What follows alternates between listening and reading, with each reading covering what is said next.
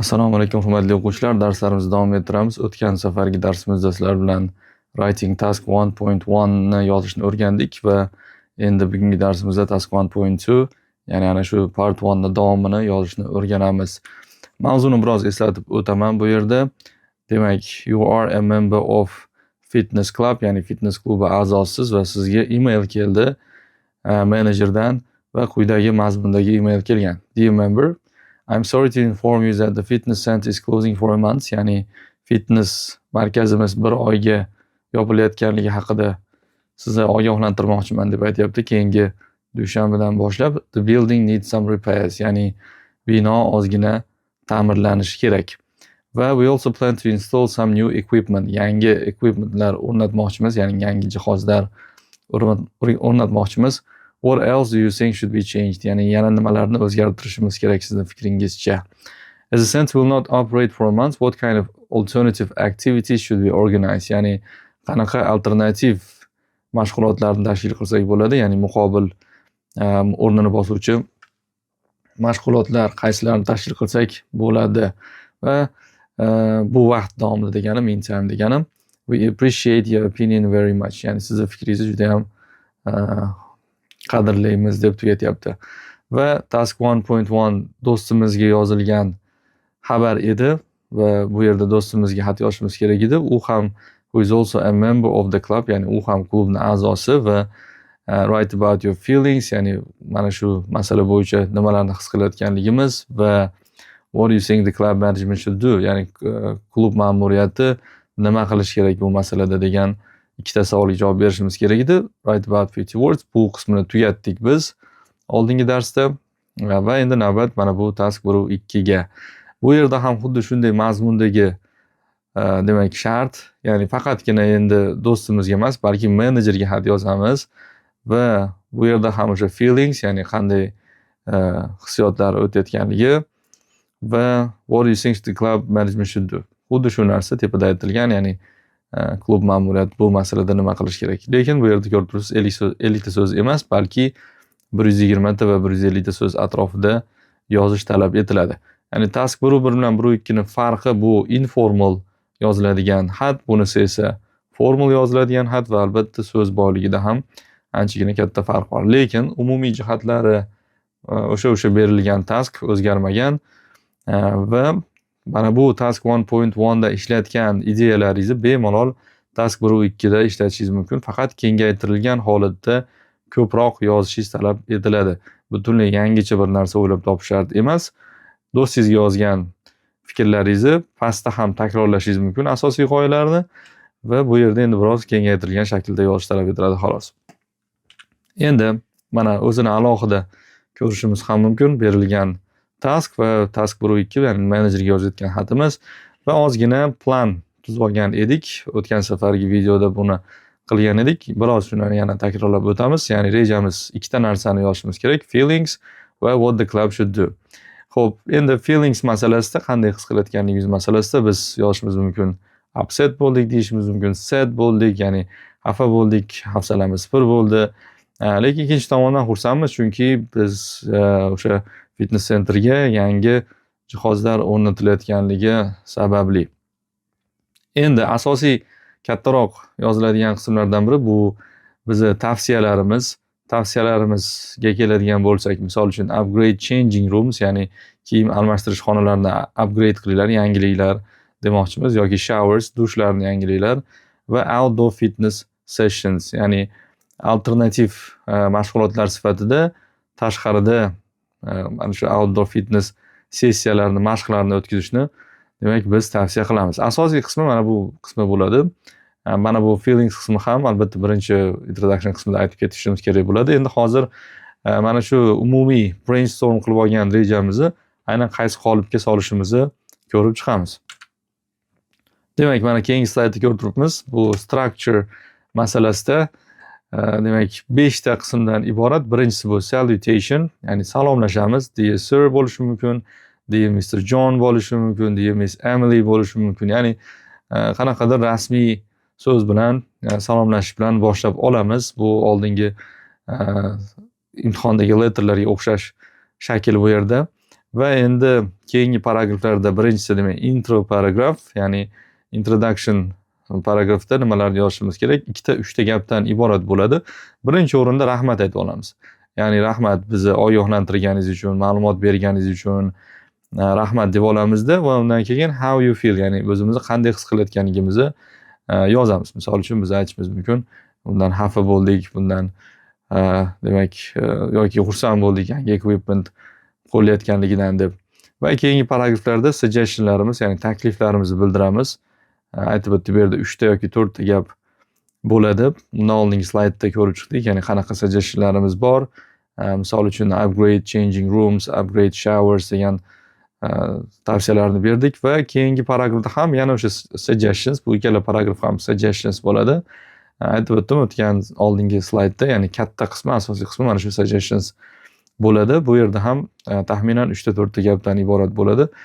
Biz aytib o'tdikki, u yerda ya'ni alternative activity sifatida misol uchun outdoor fitness sessionsni o'tkazishni tavsiya qilgan edik. Va oxirida sign off bilan tugatamiz. Ya'ni sign off bu o'sha oxirida yoziladigan so'zlar. Yours sincerely bo'lishi mumkin, yours faithfully bo'lishi mumkin, best regards, virgul va your full name. Bu yerda endi aynan qaysidir biri doimo to'g'ri bo'ladi degan narsa yo'q. Ishlatib ketaverasiz. Yours sincerely xolisiz, yours sincerely xolisiz, yours faithfully xolisiz, best regards. Bu yerda farqi yo'q. Dear sir, dear Mr. John, uni katta ahamiyati yo'q. Muhimi mana shu so'zlardan biri bo'lsa bo'ldi va oxirida ismingiz bilan tugatib qo'yasiz to'liq. Endi navbat mana shu rejamizga mos keluvchi sample answerni ko'rib chiqish. Xo'p, mana birinchi umumiy ko'rinishiga baho berib olamiz. Mana dear sir bu salutation, oxirida sign off, ya'ni bu oxirida tugatishimiz va ism familiyamizni yozib qo'yishimiz kerak bo'ladi va umumiy o'rtada mana 3 ta paragrafdan iborat. Bu introduction, bu body 1 va body 2 lardan iborat. Introductionda aytib o'tganimdek rahmat aytamiz va qanday his qilayotganligimizni yozamiz bu yerda va ikkinchi paragraf va 3-paragraflarda bu yerda bizni tavsiyalarimizni berib o'tamiz. Xo'p, demak introductiondan boshlasak. Thank you for informing us about the temporary closure of the fitness club. Ya'ni bizni o'sha ogohlantirganingiz uchun kattakon rahmat. Temporary degani vaqtinchalik, closure yopilish, fitness klubni vaqtinchalik yopilayotganligi haqida bizni ogohlantirganingiz uchun sizdan minnatdormiz deb boshlab oldik. Va endi ikkinchi gapda o'zimizni qanday his qilayotganligimizni yozishimiz kerak bo'ladi.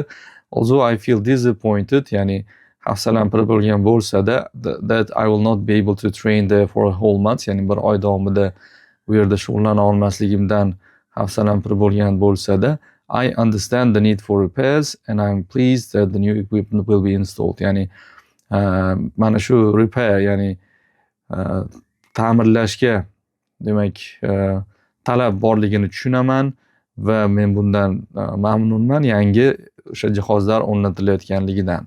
Xo'p, mana ko'rib turibsiz, bu yerda iloji boricha grammatik jihatdan murakkab gap tuzilgan, juda ham katta gap, although bilan boshlanganda va undan keyin qo'shib ketgan ikkinchi gapni iloji boricha murakkab katta gaplar tuzishga harakat qilishingiz kerak, chunki bu yerda o'zi so'z boyligi unchalik ko'p emas, 120 tadan 150 tagacha.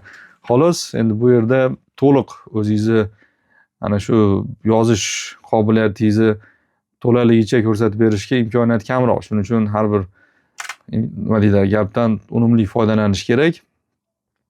Chunki so'z boyligi bu yerda nisbatan kam. Xo'p, davom etamiz. Endi keyingi paragraf bu body 1 bo'ladi. Bu suggestion, tavsiyalarimiz. Hozir birinchi tavsiyalarni ko'rib chiqamiz. In addition to the repairs, I believe it would be useful to upgrade the showers and lockers. Ya'ni ta'mirlashga qo'shimcha ravishda men ishonamanki foydali bo'lar edi. Ya'ni showers, dush va lockers. Lockers degani bu kiyim qo'yadigan qutilar. Ana shu qutilarni yangilab qo'ysa yaxshi bo'lardi. As many members have mentioned they need improvement. Chunki ko'pchilik a'zolar ularni to'g'rilash kerak degan fikrni aytishgan edi. Va bu joyda ham mana as orqali murakkab gap tuzib ketyapti. It would also be great to expand the timetable with more group classes such as yoga or spinning, as these activities are very popular among members. Ya'ni bundan tashqari, ya'ni guruh darslarini kengaytirsa yaxshi bo'lardi, deyapti. va yoga va spinning darslarini qo'shish orqali va bu yerda yana o'sha as this activity is very popular among members chunki mana shu mashg'ulotlar a'zolar orasida juda ham ommaviylashgan. Demak, bu yerda ko'rib turibmiz, mana o'zini tavsiyalarini berib o'tdi. Birinchi tavsiyasi showers bilan lockersni upgrade qilish. Bundan tashqari ikkinchi tavsiyasi bu o'sha timetableni o'zgartirish, ko'proq yangi darslarni qo'shish. Mana ikkita tavsiyani olasiz, o'sha ikkita tavsiyani yozishingiz kerak bo'ladi. Bu yerda adashmasam hozir ikkita gap bilan yozgan, lekin gaplar juda ham katta gaplar. Ikkita yoki uchta gap yoki uchta yoki to'rtta gap bilan yozishingiz ham mumkin. Endi bu yerda juda ham katta gaplar tuzilgan. Endi keyingi paragrafda esa qo'shimcha tavsiyalar. Bu yerda tepada o'sha savolning o'zida ikkita qism bor edi. Ya'ni birinchi qismi qanday o'zgartirishlar kiritish va ikkinchi qismi qanaqa mashg'ulotlar o'tkazish. Chunki fitness center shu paytda yopiq bo'ladi. Shu o'rinda qanday mashg'ulotlar o'tkazib tursak bo'ladi degan savol bor edi. Ana shu qismiga endi ikkinchi partda javob olamiz. During the closure, ya'ni mana shu yopiq bo'lgan paytda I suggest organizing outdoor fitness sessions. Mana buni oldin ko'rgan edik. Ya'ni tashqarida fitness darslarini o'tish, ya'ni mahalliy parkda deyapti, yaqinda joylashgan. Which could be both fun and social. Ya'ni bu juda ham qiziq va ijtimoiy bir ish bo'lar edi. Ya'ni ko'pchilik bunga qatnashgan bo'lar edi demoqchi. Ya'ni birinchi tavsiyasi demak outdoor fitness sessionlarni o'tkazish. Ikkinchi tavsiyasi ham bor bu yerda online workout programs, ya'ni online demak mashq programmalari. Misol uchun bitta odam internet orqali boshqalarga qanday mashq qilishni o'rgatadi. Mana shu narsa online workout program deyiladi. Would also be very helpful, juda ham foydali bo'lar edi, especially for members who prefer to exercise at home, ya'ni uydan turib exercise qilishni xohlagan odamlar uchun ayniqsa bu narsa foydali bo'lar edi. Va qo'shimcha yana beryapti bu yerda weekly fitness challenges or virtual competitions. Ya'ni weekly fitness challenge. Ya'ni challenge degani qanaqadir aytaylik chaqiruv. Endi chaqiruv degani bu yerda competitionga o'xshagan narsa, ya'ni kelinglar bir hafta davomida mana shuncha mashq qilamiz deb turib challenge qiladi qolganlarni va qolganlar mana shu challenge-ga aytaylik javob qaytarishi mumkin. Yoki qanaqadir competitionlar o'tkazish, musobaqalar o'tkazish, virtual aytaylik o'sha videosini yoqib oladida hamma o'sha qatnashayotgan memberlar va qanaqadir o'sha raqobat qilishlari mumkin, competition qilishlari mumkin. Va bu narsa ham motivate qilishi mumkin bizni aktiv bo'lishimizga va klubga bog'langan holatda, ya'ni klubdan uzoqlashmagan holatda qolishimizga. Ya'ni qayta ochilgungacha biz aktiv bo'lamiz va klubdan uzilib qolmaymiz degan ma'noda. Bu yerda ham mana suggestionlarni ko'rib chiqdik. Bu yerda 3 ta gapdan iborat ekan. Demak, outdoor fitness session tavsiya qildi, online workout program tavsiya qildi, weekly fitness challenges or virtual competitions. Bu yerda 3 ta asosiy tavsiyasini berib o'tgan. Va oxirida endi yours sincerely deymizda virgul qo'yamiz, ism familiyamizni yozib qo'yamiz. Va ana shu ko'rib turayotgan sample answer 155 ta so'zdan iborat. Bemalol o'sha 120-150 talik so'z requirementga javob beradi. Xo'p, undan oldingi darsda juda ham ko'p narsalarni aytib o'tganman. Ana shu darsni ko'rib olishni tavsiya qilaman. Bu yerda o'sha gapni boshlash uchun ishlatilishi mumkin bo'lgan so'zlar, undan tashqari tavsiya uchun ishlatilishi mumkin bo'lgan tayyor frezlarni berib o'tganman. Agar ko'rmagan bo'lsangiz, o'sha videoni ko'rib olishni sizga tavsiya etaman. Hozircha shular edi. Hammaga rahmat. Salomat bo'linglar. See you soon. Take care. Bir ma'lumotni eslatma sifatida aytib o'tsam, biz multi-level testiga tayyorlanmoqchi bo'lgan o'quvchilarga maxsus ilova yaratganmiz, mobil ilova. Va mana shu mobil ilovamizning nomi TM School. Ushbu ilova orqali siz ko'plab foydali ma'lumotlarni olishingiz mumkin va testga yaxshiroq tayyorlanishingiz mumkin. Demak, ilovada listening, reading, writing, speaking sectionlari bor. Undan tashqari video darslar ham bu yerda bor. Bemalol kirib ko'rishingiz mumkin va ayniqsa maslahat beraman sizlarga mana shu speaking qismidan ko'proq foydalanishni. Chunki speaking qismini bilamiz, imtihonda biz kompyuterda topshiramiz va u yerda vaqt bosimi juda ham katta bo'ladi va bilamizki, u yerda ma'lum sekundlari bor o'zini va biz mana shu kompyuter formatiga mos ravishda mobil ilova yaratganmiz. Misol uchun testni ichiga kirib mana ko'rsatib berishim mumkin va xuddi o'sha imtihon holatida bo'ladigan sekundlar mana shu ilovada ham bor. Mana model answer orqali namunaviy javoblarni ham o'rganishingiz mumkin.